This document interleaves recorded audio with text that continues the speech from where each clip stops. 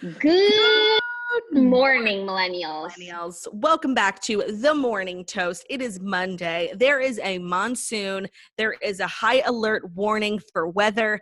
And we have It's so decided, crazy. We have it's decided insane. finally to take our talents to Zoom. Honestly, we couldn't have chosen a better day because I'm like so Zoom friendly these days.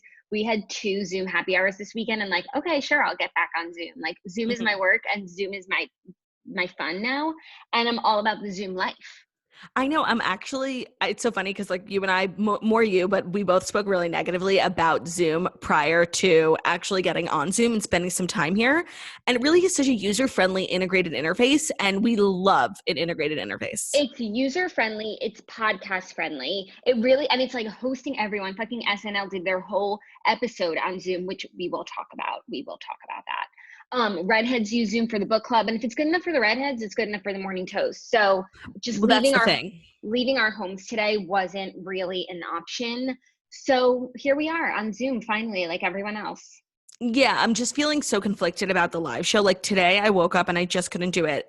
There's something about the weather today. Obviously, we physically cannot walk to our studio, even though it's only a few blocks. It's so crazy outside. It's like there's been like extreme wind alerts. There's crazy rain. Apparently this afternoon, like the rain is going to get even crazier. And I just don't want to blow away. Yeah, and I'm so like thin and small that like that's my fate and that's the price I have to pay. Like I will blow away. You run that risk, like when you're so thin, so small, and you're just walking in a monsoon.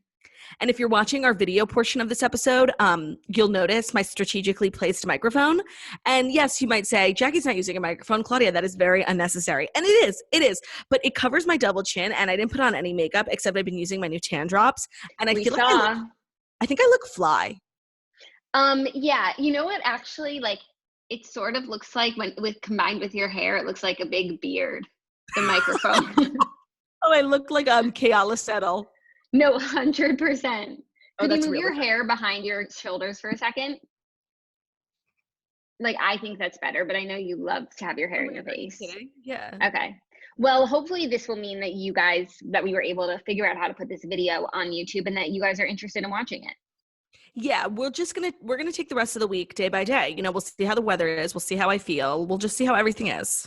Yes, exactly. Day by day. This weekend was like so eventful. It was not a good weekend for me. Like, I feel like after last weekend, I was feeling really positive. You know, I've become really like the Grinch where he has that whole schedule of like things that he needs to do, like 6:30 dinner with me. I can't cancel that again. But Yeah. This weekend, like the schedule was just not sufficing. Like all of the little menial things that I do to like keep myself sane, they couldn't stack up against the demon in me.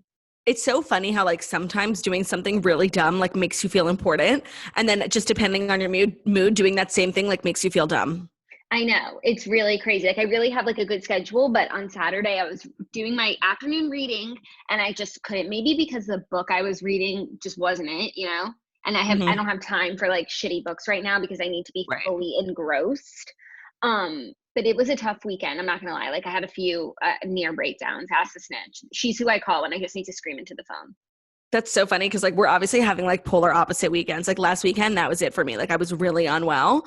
But this weekend I made the great decision to get like so blackout drunk on Friday night over a Zoom girls' night in with you and a few of our gal pal girlfriends.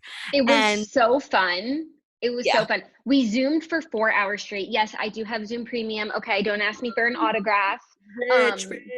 Crazy. Oh my God, paparazzi. But it was so fun. We played so many games. Everyone was drinking, laughing, being merry. People were coming in and out. And it was lit. It was lit. And we were all talking about like the plans we're going to make post the queue. And it just like really, it was great. Maybe that high, maybe then on Saturday when I was like left alone with my thoughts, maybe I couldn't handle the juxtaposition.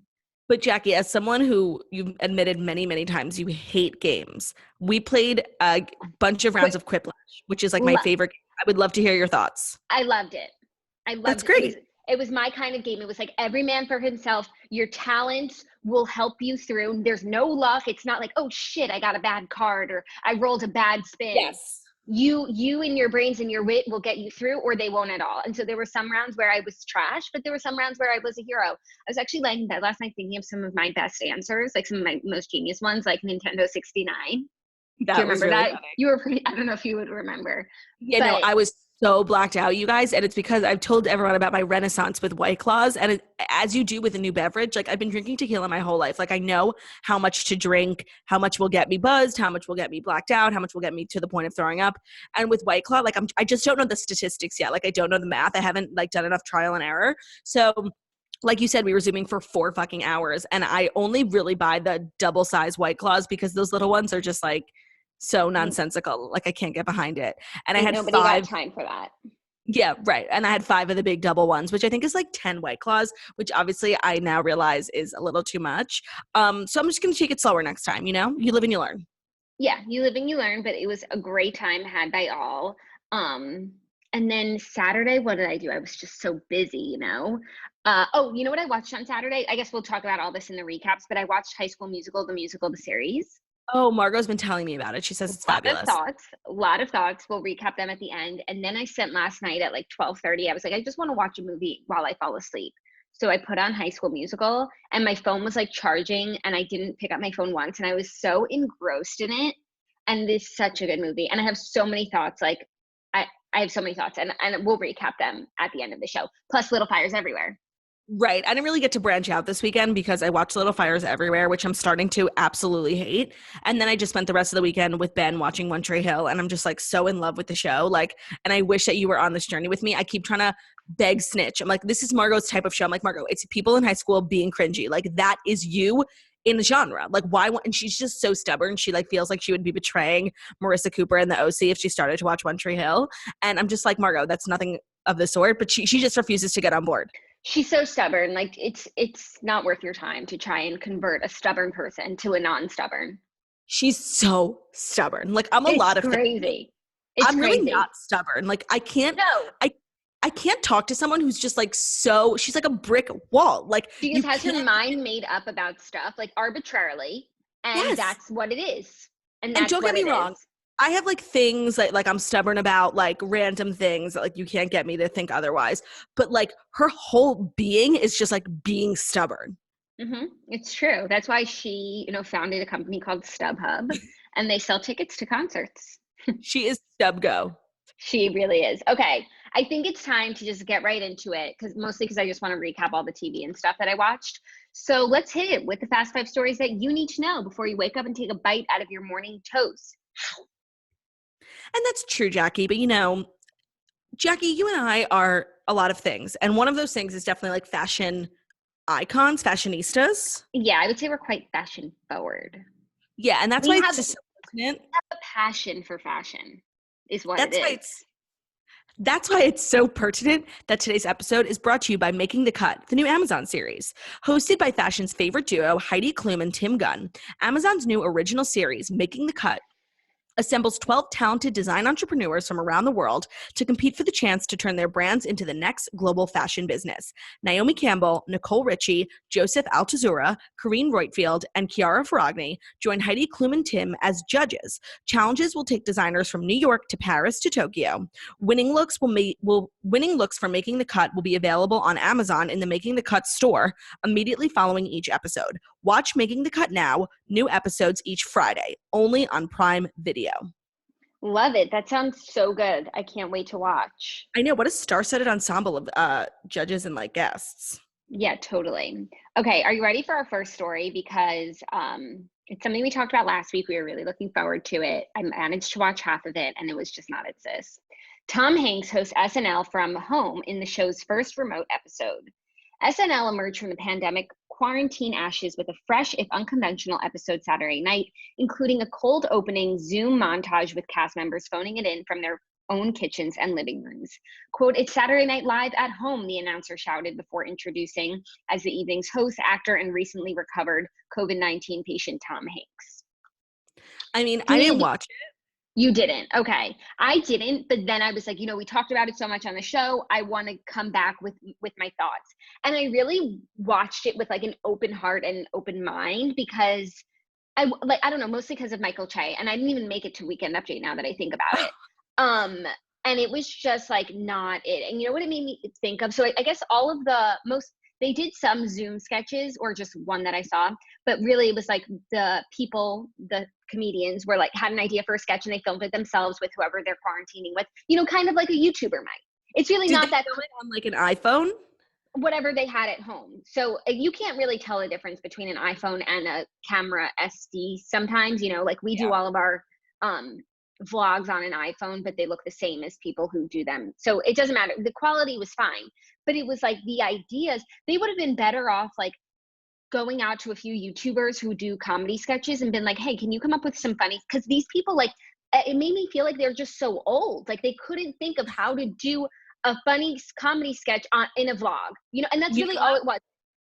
It was a YouTube video parody. It was a YouTube video parody. Like it's not that foreign of a concept. It's not like they were, doing all these sketches where one person filmed one thing from somewhere and someone else. Like Pete Davidson did a sketch pretending to be Drake's music video, like in his house, right foot up, left foot slide. And it was just like Pete Davidson in his mom's basement, which you think would be a kind of, okay, that's a good idea, let's go with it. And it was trash. It was absolute trash. And then Kate McKinnon did like Ruth Bader Ginsburg workout at home. Good idea, right? Like she's doing a at-home workout. Good idea as far as SNL goes. And it was just like not well executed. They needed King Batch. No, exactly. They needed like David Dobrik.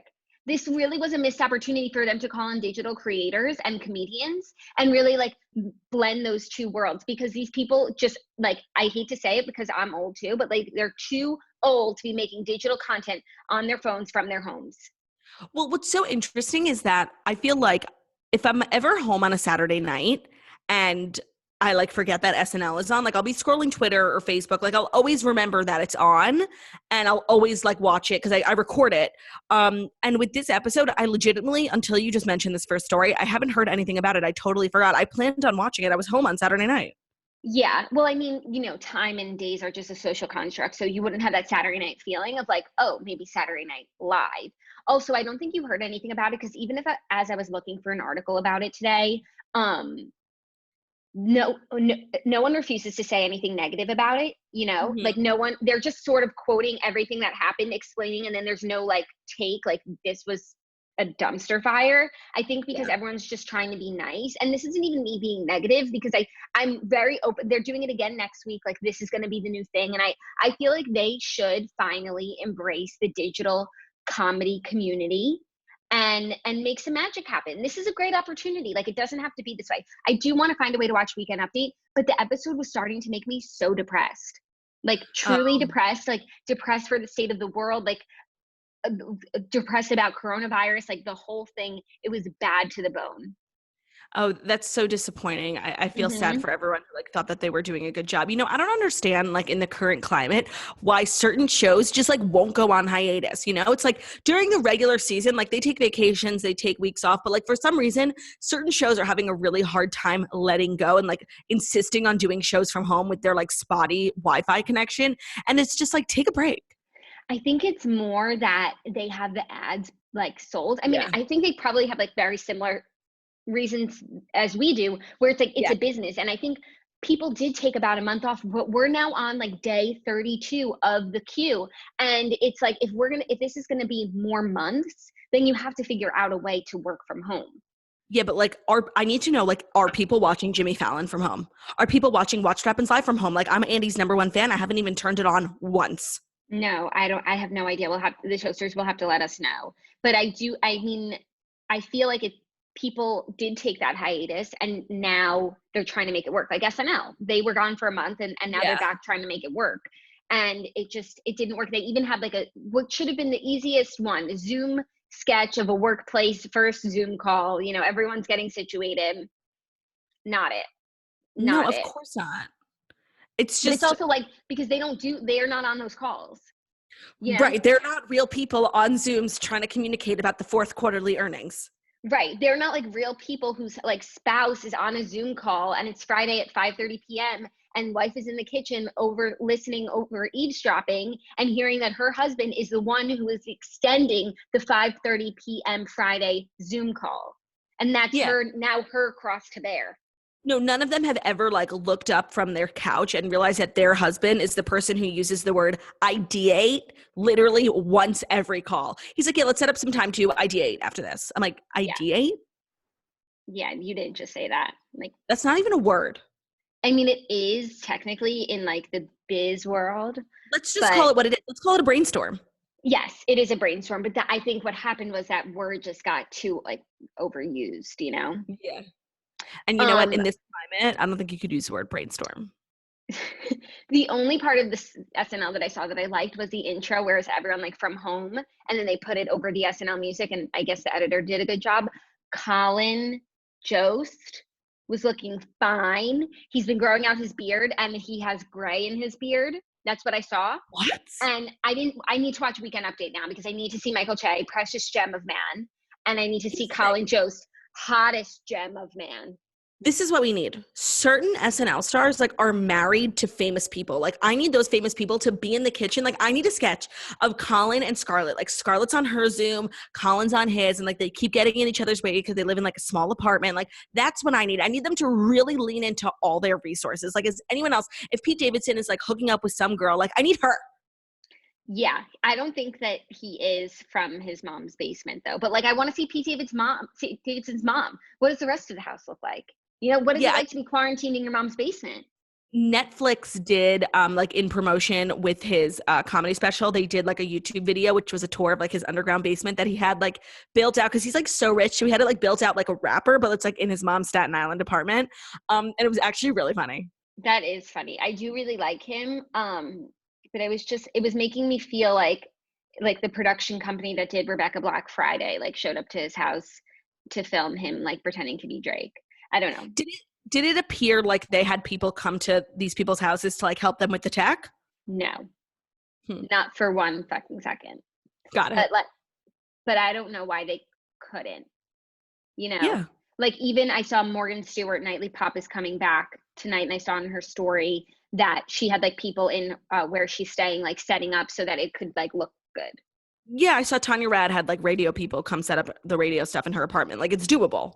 It's doable. You can wear protective gear. It is very doable. So It was the first round. Maybe they'll learn from their tech errors, and maybe next week we'll have a little bit more of like a high end moment. We'll see. We have to see if Lauren and the crew learn from their mistakes. Here's the thing: it wasn't even the tech. Like I could get people are getting so used to watching like shitty tech, listening to Zoom podcasts. Like the tech we can forgive. It was the humor. Like they couldn't. There's so much to joke about. Like there's so much going on, and they couldn't hit. They couldn't hit it. They couldn't hit it. That's terrible. That's terrible. Yeah, very sad. But our next story is a little positive news of entertainers coming together. Andrea Bocelli performs live from Milan Cathedral on Easter Sunday. I am Catholic. He has risen. She has risen. It was so beautiful. Like, I don't know if you guys know this, but actually in my time hop this week, I was immediately transported back to my trip to Firenze, which is Florence in French, if you don't know. Italian. Yes. And I'm like just feel really connected to the city, especially the Duomo, which is at the city center. It's this like beautiful cathedral, and seeing as how I spent like 4 days, like a lot of time there, I feel really deeply connected to like the entire culture and just like the Duomo in general. Like we walked up the steps, I actually only got halfway, and then I met my friends back down at the bottom because I was just over it. But this video was like really particularly inspiring to me because I am like a Italian like enthusiast. You're pretty much like born in Firenze. Yeah, I'm whatever the equivalent. I'm the equivalent of like a Francophile in Italian. Italiophile. Maybe. That's what I am. So this was deeply moving. During the Music for Hope concert, which was live streamed worldwide, the opera singer performed iconic religious songs such as Ave Maria and Sancta Maria. Okay, so here's the thing. The thing is, this is exactly what we need. This is God, I thought you were going to say something negative. This is exactly how it's done, and it shows you that it can be done. Right. Tech-wise, talent-wise, performance-wise, all levels, this has achieved greatness. I feel like this pandemic is really separating like the boys from the men in terms of talent. And you know what I was realizing as we're starting to get deeper and deeper into like celebrities losing their minds and influencers, it's like it's not the celebrities who I don't want to hear from. It's actors and actresses, you know? I want to hear from comedians. I want to hear from artists. You know, I want to hear from, but like people who act and they're not acting right now, like it's just not your time. There are not even two. There's like 4 different subgroups in Hollywood. And I agree. There are certain people I definitely want to hear from. There's something about like really, really rich comedians that to me, like I don't get jealous of. Like really, really rich actors are like to me so out of touch, but really, really rich comedians whose like job it is to like be aware of like what's going on in the world. To me, like there's less resentment from me towards like a comedian worth, you know, Jerry Seinfeld worth $100 million and like Leonardo DiCaprio. Like there's a difference to me. Yeah, there's also a difference I feel between like Chris Martin, who's just like a super talented artist, like I would like to hear from him, versus George Clooney. I don't want to hear from him. I don't like he's not in a movie right now. Yeah, and it's like certain celebrities like, with their talent like will make meaningful, like the comedy that comes out of this like is important. Like the art, the music, the like that stuff like is tangible, you know? Yeah. No, and it's healing stuff. And eventually when we make a movie about it, like you actors and actresses can go flock and you know, and when everything comes back, like we'll watch your TV shows again. But as far as being like human beings, we don't know you as human beings. We know you as the actor that you played, you know? Yeah. And I so feel like therefore I don't want to hear from you. yeah, and I feel like you and I were like having this feeling of like resentment and like just like general disinterest in celebrity culture like when this all started, and it's just so funny how everyone is really really feeling that way, and like people are writing articles about it. Like there's definitely like this communal disinterest in this like once important social construct. Yes, I totally agree. And every time I read an article like that, I'm just so glad that I'm not the only one feeling this way. And even though there's still something about it that like I can't explain, because Yes. it's different for every single celebrity. It's different for influencers. It's different for comedians. It's different from artists. Like when Luke Combs says he's going live, I'm like, where are we meeting? We ride at dawn. But when fucking Miley Cyrus is doing another live, like there's no rhyme or reason to why something makes me so angry versus like so inspired. No, that's so true. But I think that these articles, like that New York Times article in particular, are just so helpful in putting into words like what I'm feeling. Yes, I totally agree. But I'm so glad that Andrea Bocelli was able to show up and show out and show everyone else how it's done and that it can be done. And that there's just like no excuse for the mediocre content. Yeah, and I'm not sure if you are like familiar with what the Duomo is usually like, but like I said, I did spend a lot of time there. You did. It's like Times Square. Like literally, there's a million people. Like if you ever wanted to take a picture in front of it, there's 7,000 people in your picture. So it was also really really cool to see like nobody there. It's like seeing Times Square completely empty. That is really crazy. That is It crazy. was just beautiful, and my love of Italy is just booming. Love that for you. Okay, well I have my next story is like a little spooky positive news. Wait, but is it? But it might be a big fat Honey burger. Of course, it's brought to us by Honey. Honey only brings us positive news. Thank God. Because we all shop online a lot, especially me these days. But did you know that you can make online shopping even easier and better with Honey, the free online shopping tool that saves you money online? Honey automatically finds the best promo codes and applies them to your cart, which makes online shopping feel as easy as it's supposed to be. Imagine you're shopping at one of your favorite sites: Target, Best Buy, Sephora, Macy's, eBay, Etsy, Walmart, anything. When you check out, a little box drops down and all you have to do is click Apply Coupons. Wait a few seconds for it to scan every promo code on the internet and watch the prices drop. I have shopped pretty much everywhere, and sometimes I'm like, do I forget that I have the Honey extension and I'm just like shopping at ASOS and they're like, you want to see? I'm like, yeah, I do, honey. Show me the money. And it's just everything of the sort. It's so easy to download. The toasters told me about it long before Honey was a sponsor, but now that they are, I just like want everyone to know about it. It's so fabulous. You save so much money. Yeah, it's amazing. They have found over 18 million members, over $2 billion in savings. Honey supports over 30,000 stores online, and they're adding new ones every day. Their users love it. That's why it has over 100,000 five-star reviews on the Google Chrome store. If you're not using Honey, you're literally passing up free money. It's free to use and installs in just a few seconds. Plus, it's backed by PayPal, so you know that it's good. Get Honey for free at joinhoney.com/toast. That's joinhoney.com/TOAST. Joinhoney.com/toast. Save yourself some cash, because what else are you doing right now? Yeah. Okay, third story, spooky positive news. One Direction members refollow Zayn Malik on Twitter, sparking reunion buzz. What? Reunion buzz is sparked. The former members of 1D are giving fans hope in quarantine. With the Brit boy band's 10th anniversary coming up July 23rd, devoted followers have noticed that Harry, Liam, Louis, and Niall have all refollowed Zayn on Twitter, although he has not followed them back. What? Spooky, right? I mean, it's always been my understanding that when, it's not an if, but when One Direction comes back together, it would be without Zayn. Yeah. It's been my understanding that Zayn wouldn't stop them. Like that it wouldn't matter if Zayn's in or out. Like if he wants to be in, it'll be the 5. But if he goes back to being, like his bad to the bone, like I'm too cool for school, because I'm too cool. He should record a cover of that song. Too cool to know you. I love that song. Yeah, it's like he can come if he wants, he can go if he wants, but like the reunion will not be stymied by his absence or lack thereof. Well, this story is both like upsetting and not upsetting because obviously it's making me realize like we might be getting one step closer to a reunion, and as a 1D stan, like that's truly all you could hope for. But to be honest, like I don't really want Zayn a part of the band. Like to me, when I think of One Direction, like I think of them as the 4. Like I think the last album they released was the best one. I think Zayn brought this like toxic energy, and I think they were all really, really good friends like without him. So I'm really okay to move on without him.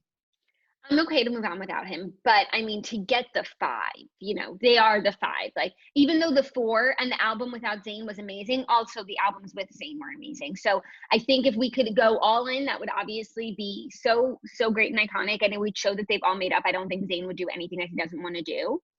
And right. and Zayn is talented, and I'm here for Zayn. I'm also here for no Zayn. I'll take whatever I could get. I'll take whatever I can get, but I just want to say, like, the 4 of them coming together would be just as maybe more iconic than the 5. Like, I don't consider the element of Zayn to be anything special. It couldn't be more iconic than the 5. I think that it would be. Like, I loved that he left and nobody cared. No, same. And, like, it just showed that he wasn't what was making the band so great. Not that anyone thought that he was, but I'm sure he thought that he was, because the last album was the best album. Yeah, no, I'm sure that's what part of it was, that like he thought he was better than everyone, and like he wanted like Camila Cabello like going out, but like Camila Cabello actually was better than everyone, and you could see all their solo careers, like who's on Dancing with the Stars and like who's at the Grammys. Like she really was elevated from the group. Yeah, but the group also was like they were fine without her. They put out music without her, and it was like good stuff.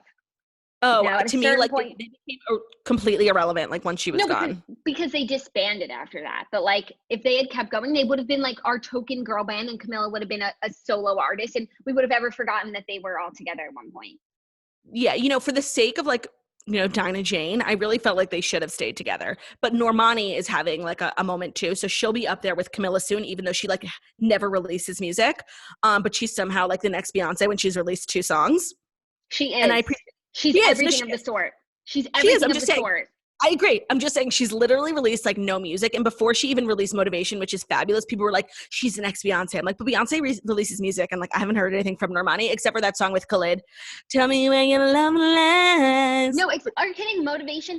And it's like when there's, a new startup in town, and it's like they haven't even sold anything yet, but you just know this is the next $1 billion company, and you invest. And that's where we're at with Normani. Of course, I'm just saying, like, it's important to point out that she's an ex-Beyonce who's only released 2 songs. Well, that's why she's the next, because she's on her way. Things happen. But I'm saying she's been the next Beyonce for like 2 years. Like, I've been talking about this for a while. And she's been released more than 2 songs. Popular songs? I don't know. She has released. She was on a Sam Smith song. It's really Motivation that's like the big song right now. And by the way, it's fabulous. Slow and steady wins the race, okay? But all I'm saying is like the band really should have stayed together for the likes of Ally Brooke, Lauren Haregi, and Dinah Jane. No, that's exactly why they shouldn't have stayed together. Yeah, I know, but it's like it's funny how both One Direction and Fifth Harmony came out of not Shark Tank, X Factor. And like honestly, I really feel like Fifth Harmony was put together poorly. Like Camila Cabello should have been made it as a solo act. Maybe she like didn't do a good job at like Hollywood Boot Camp, but like there was a huge disparity in the group. Whereas I feel like with One Direction, and you could see like based on what's happening in all their solo careers, like they really all were equally talented. No, they weren't. There's a difference between Harry and Lewis. You're a wizard, Harry. There's a difference. Okay. Anyways, we could argue about this till we're blue in the face, but I'm ready to move on because Page Six has an exclusive that the RHONY cast members and producers are livid over jabs from Bethenny Frankel. Have you seen this? I have.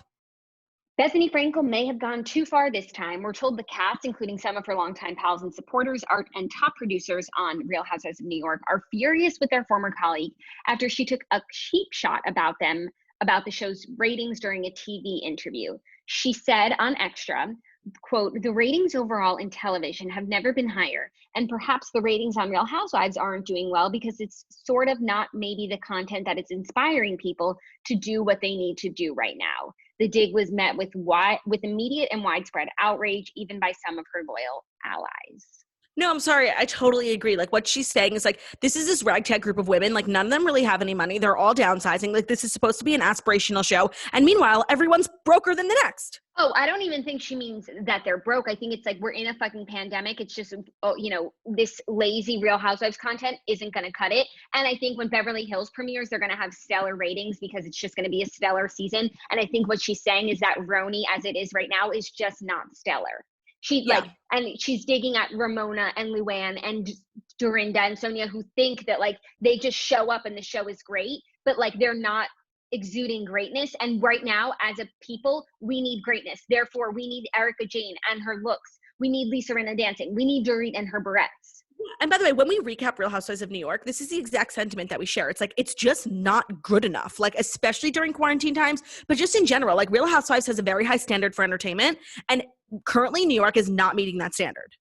Yeah, especially during a time when everyone is watching TV. All we want is new content. And like, you know what? If we didn't do the morning toast every day, I probably wouldn't be keeping up week to week with RHONY right now. I'd probably wait till the end of the season and catch up. And like, when I love a show, I need it immediately. So I totally agree with Bethenny. I don't even think that's a dig. I think that's straight facts. Ratings are high for everything, and it's not high for RHONY. Think about it.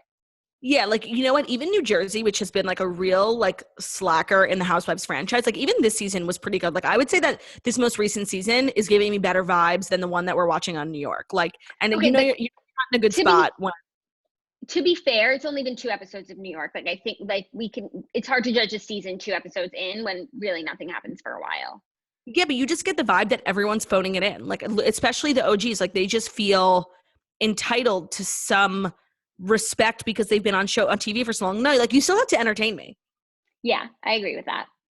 Okay, 5th and final story, a little biz news. And it's really just, some biz leaders news. Walmart CEO says we're in the quote hair color phase of panic buying. This is really funny. Right. First went the hand sanitizer, disinfectants, and toilet paper. Now hair clippers and hair dye are flying off the shelves. In recent weeks, Americans' shopping patterns are serving as a reflection of how the coronavirus pandemic continues to evolve and affect daily lives. You can definitely see that as people have stayed home, their focus has shifted, the Walmart CEO Doug McMillon said on the Today Show. After stocking up on food and consumable products, shoppers turned to puzzles, games, and other timeless forms of entertainment as well as education, he said. Now, sales are showing that without the ability to venture to a hair salon, folks are getting shaggy. People are starting to need a haircut, he said. You see more beard trimmers and hair color and things like that. It's interesting to watch the dynamic play out. That is so funny because I literally bought a hair trimmer yesterday. I bought a hair trimmer, a pair of hair scissors for my eyebrows. But if you have a TikTok, this comes as no surprise. Like kids are bleaching their hair. They're giving themselves bangs. Like they're coloring their hair. They're dyeing parts of their hair because it's obviously for necessity because no one's able to get their hair cut. But it's also just out of straight boredom. Like I've literally thought about giving myself bangs. I've thought about shaving my head. Wow. I don't understand. Like I'm bored. I'm going to cut bangs. Like I don't understand that as much. It's like, I need a haircut. I got a haircut right before the queue, luckily, because I hadn't had one since June. And if I hadn't gotten that haircut in, I swear I would have been cutting my own hair because my hair was so dead. With that boredom thing, it's first of all, cutting your bangs like gives you like something to do. Like you would film it. It takes like an hour like to really perfect it. So you're not only getting an activity, but then you have like a new lease on life. Like, in the real world, if you have like a new bag or new haircut, like it's like literally your whole life. Like it's in all your pictures. Like you just care so much about it. And in quarantine, I feel like it would make you feel, if you liked it, it would make you feel like even more excited than you would normally with a new haircut. Like you would FaceTime all your friends. Like it would just give you stuff to do and it'd be like something different. Okay. I think you should do it. No, I'm not. I literally, I don't think I could pull off bangs. I would love to. I was actually talking about with you a few days ago. Like, I think I want to dye my hair blonde, Do it. but like, how do I do it? I can't see one reason why you shouldn't. That's what I'm saying. Oh, but you know what Yeah. I'm not really doing is my husband is growing a full beard. And some men like Zach Shapiro, our brother-in-law, some men like have the face for beard and they have the hair follicles for beard. Like it grows in thick and you look like you live in Brooklyn. But some men don't have that. Like Ben never really has grown a beard in his life, and it's coming in like very rabbinical. It's like very curly and like kind of patchy. And like no offense to the rabbi community, but that's just like the type of beard. Unless you're like a very high-ranking rabbi, like the global rabbi of Israel or something, like then you have a full beard. Rabbinical, beards are kind of like puby. Like they're patchy and they're a little curly, and that's what's coming through on my husband. And like I don't know how to tell him. Like I don't even want to kiss him. You should just, when he's sleeping, shave his face. Like, fuck He it. would be so upset. Like he talks about this beard. No, but all the time. you could be like, oh my God, there's a ghost, like something crazy. And maybe you shave off like a little bit of your eyebrow so that like you look like you got like hit with it too. Absolutely or, like, not. Or cut off like a little of your hair. Like you have to do yourself too so that he thinks you both got hit by the ghost. I'll shave my mustache. Great. No, it's also coming. You get a shaved face too, and then you're like, oh my God, they just shave our faces. It's becoming like a weapon too. Like last night before bed, like I gave him a hug and he kissed me on the scratchy. And literally my under eye like got scratched with these puby like beard hairs, and I literally couldn't see. I had water coming out of my eye. I was being a little dramatic, but it's really becoming dangerous now. No, it's also a nice exfoliant. It's really crazy though. Beards are just a crazy thing. And I just feel like unless you married a man with a beard and you're like, I'm a beard woman, like then I'm interested. But you don't just like 4 years into marriage become a beard guy when your wife never said that she was a beard woman. Yeah, it's almost deceptive to just become a totally different person. That would be like if I just like decided to change my name. Like, hi, I want to be Julie. No, it would be like if you just decided to become blonde. Which no. Maybe you should. Maybe you should to show him. No, that would be like if I started dating Ben and I had a bald vagina, and then one day I'm like, you know what? I want a bush. Yeah, you want a bush for sure. I mean, now you don't have a choice. All we've got is bush. Yeah, bushy vibes. It's a bushy fucking vibe in quarantine. It's bushy baked beans. Oh, can I show everyone who's watching at home the video? Something I have a surprise. Sure, as long as like you can make it premium. Okay. Oh, is it Theodore Facheman? Facheman. Was he like freaking out that he wasn't going to work today? Oh my God, he looks like not well. Get up. Oh my God, what is going on? Oh my God, why is he feeling this way? Hi, Theodora. Hi, Angel Muffin Man. Hi, Cutie Patootie. Loving boy. Beautiful boy. Sorry, why does he not want to be disturbed? Why is he so fucking lethargic? He went on a crazy walk today in the rain, and when he goes out in the rain, he decides like he's not going to poop for an hour. It's so annoying. Thank God it wasn't me. He was walking. It was Ben.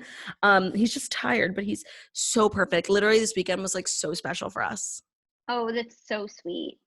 He's so perfect. Was he like curious why he wasn't going into work today to be the head of culture of TNN? No, he could tell like by the weather that it was just not safe conditions for anyone.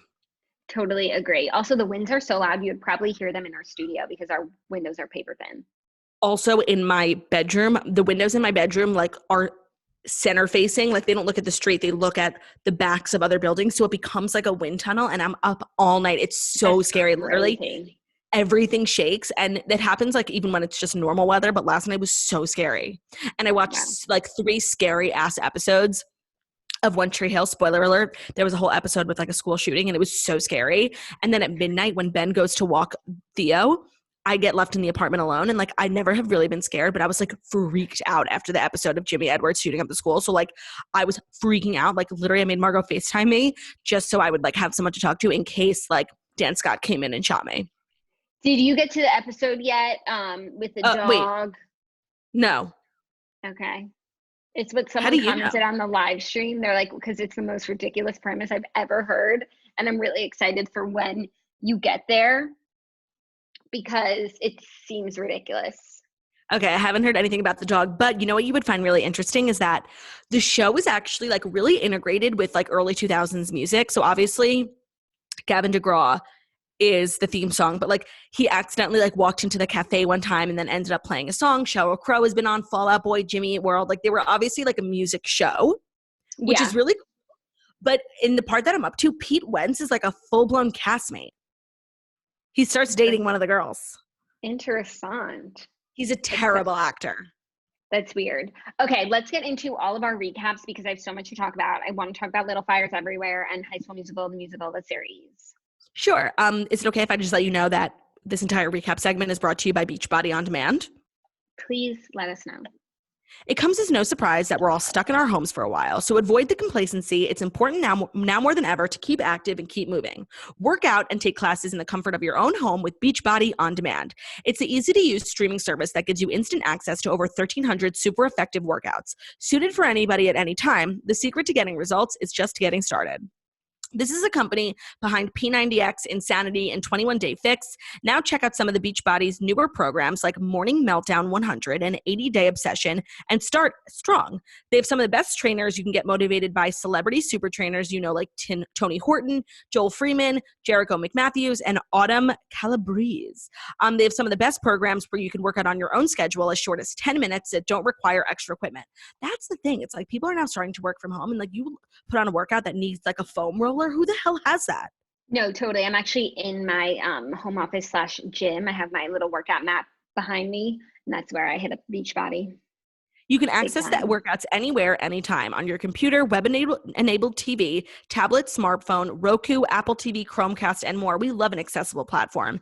And it's the best deal in fitness because listeners of The Morning Toast can try it absolutely free. We've really enjoyed, after doing the Morning Toast, we do the Morning Meltdown 100. So it's nice to have a schedule, especially in quarantine. Like you do the Morning Toast, then the Morning Meltdown, and then you have your meltdown, and then you get back to work. Yeah, and then it's 6:30 dinner with me. You can cancel that again. You have got to try out Beachbody. Right now, our listeners can get a special free trial membership when you text TOAST to 303030. You'll get full access to the entire platform for free, all the workouts, the nutritional information, and support totally free. Again, just text TOAST, TOAST, to 303030, 303030. Text TOAST to 303030. Thank you, Beachbody On Demand, for hooking it up. Love it. Sign on. Get your bod right.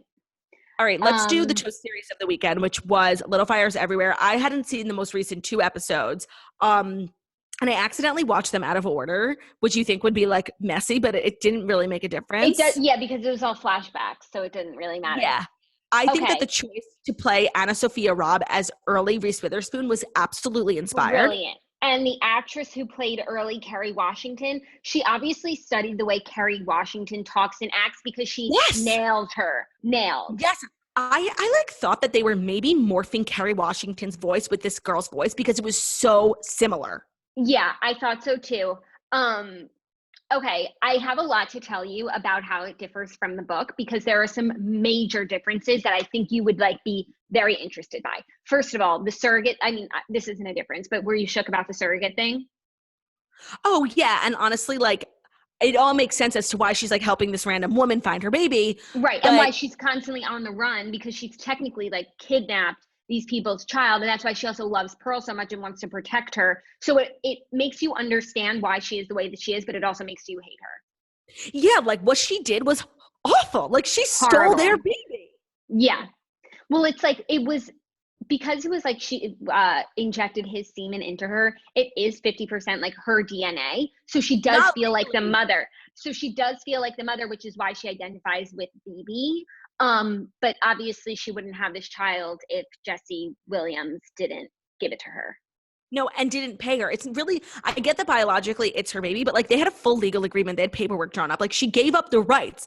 And honestly, I don't take her side or BB's side. You gave up the baby. Someone else, I just don't agree. Yeah, I agree with you. Also, okay, but again, I've never been in that situation. I know. I'm sure that it's tough, but yeah, oh my God, I was talking with my friends last night about the show, and there's one line that Kerry Washington says that just has really stuck with me that I just think is so profound, and I don't think it was in the book. When she says, I think it was in not these 2 episodes, the one before, when she says to Elena, you didn't make good choices, you had good choices. I just think that's so apt because people are always holier than thou, oh, I wouldn't have found myself in that situation. And it's you like just life is so different for everyone. And I just think that that was like the most poignant way. And I don't think it was from the book. So whoever wrote that line just like summed up privilege in one fell swoop. And I just, it really has Totally. stuck with me. Totally. But watching Mia's like coming of age story, it does seem like she had better choices than the one that she made. Well, yes, I agree. But here's the biggest difference is that Mia and the artist, the photographer, Pauline, Mm-hmm. they weren't lovers at all. In the Pauline, book. in the book, Pauline had a partner and a girlfriend, and Mia used to go to their house and have dinner with them and sometimes like stay with them, and they really like looked after her in New York, but they weren't lovers because in the show now, the fact that they're a couple, it's like, why couldn't you get the $12,000 from your girlfriend who's so rich? Oh, and also that entire relationship was so inappropriate. Like she was her student, she was giving her So drugs, inappropriate. having sex. Like it was so inappropriate, and like that was never like honestly, I felt bad for me. It was like she was being taken advantage of by someone older than her. 100%, but that wasn't part of the book at all. Like their relationship was only like, you know, big sister, little sister, like mentoring and being helpful. And so I just don't understand why they put that in there, because it just confuses the storyline, and it also makes it like, oh, why didn't she just get money from her? Right. And so when her financial aid was taken away, I just felt like there was other things she could have looked into, like I don't know, a job or Okay, in the her book, in the book, lover.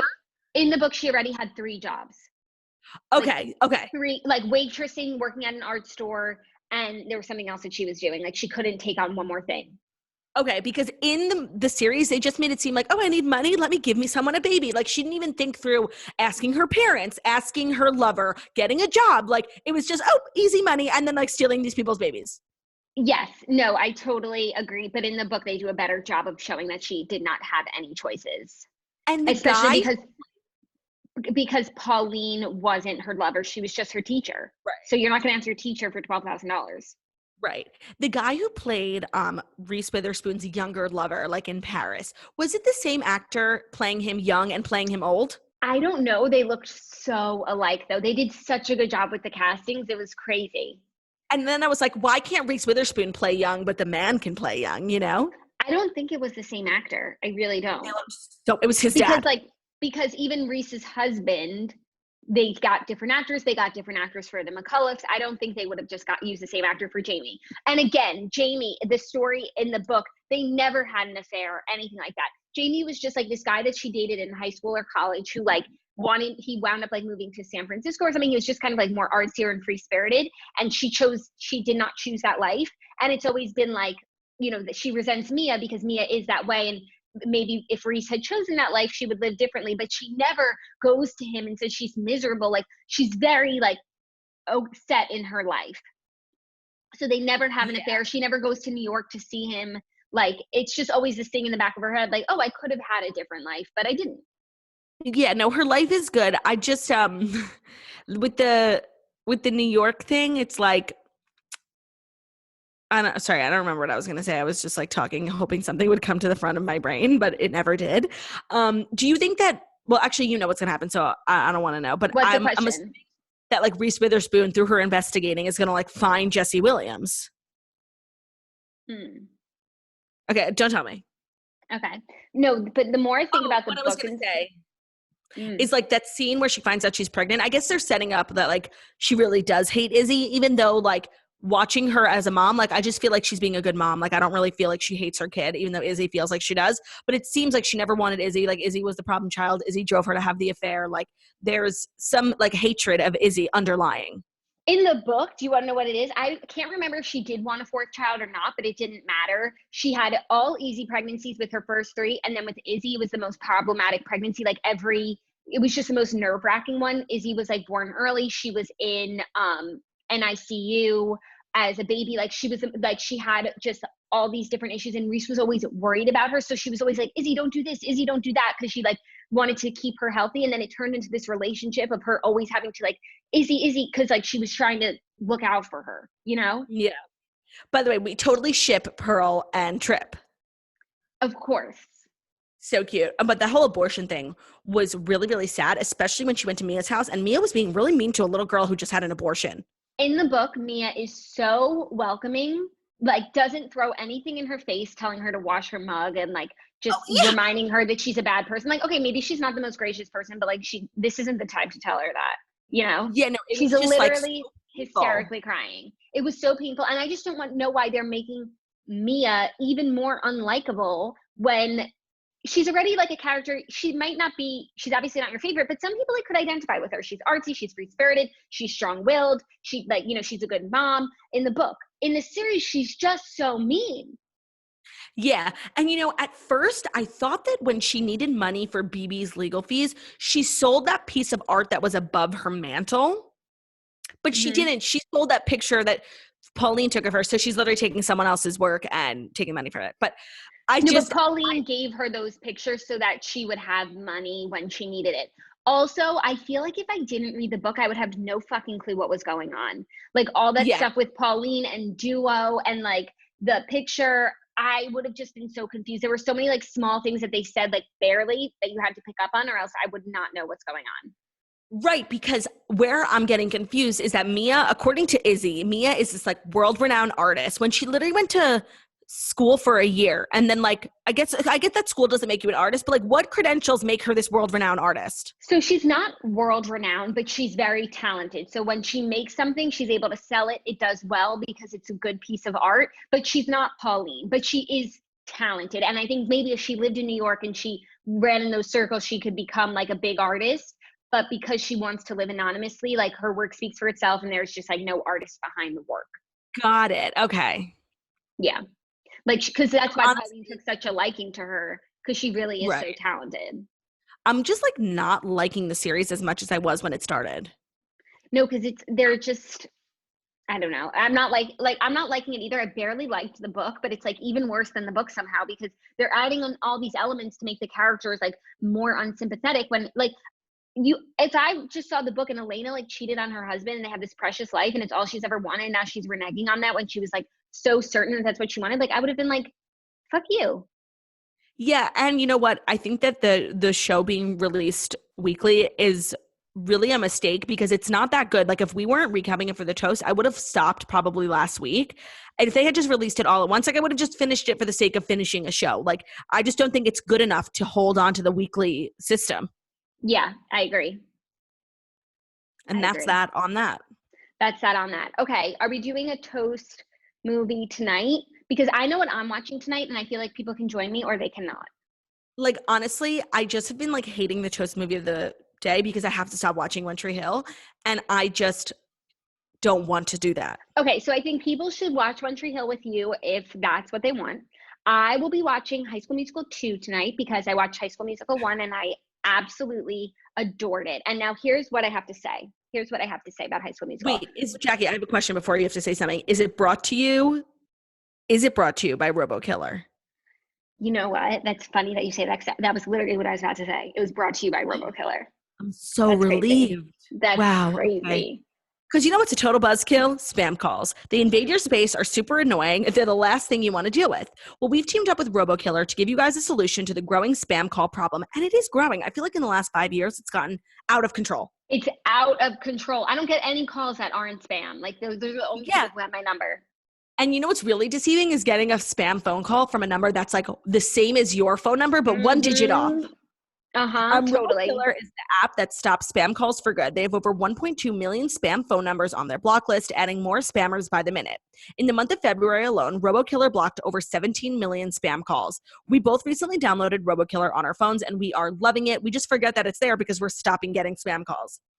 We can't tell you how many spam calls and texts that we used to get. I must have gotten like 10 free cruises and like 45 trips to Disneyland. We are living spam free and getting sweet revenge in the process. They have pre-recorded answer bots that mess with the spam callers for you, which are absolutely hilarious. They're literally like spam fighting assistants. Our personal favorites are the jellyfish and the Southern cat lady. If you don't want spam callers cramping your Friday energy, get RoboKiller. Head to robokiller.com/toast on your mobile device now to download the app.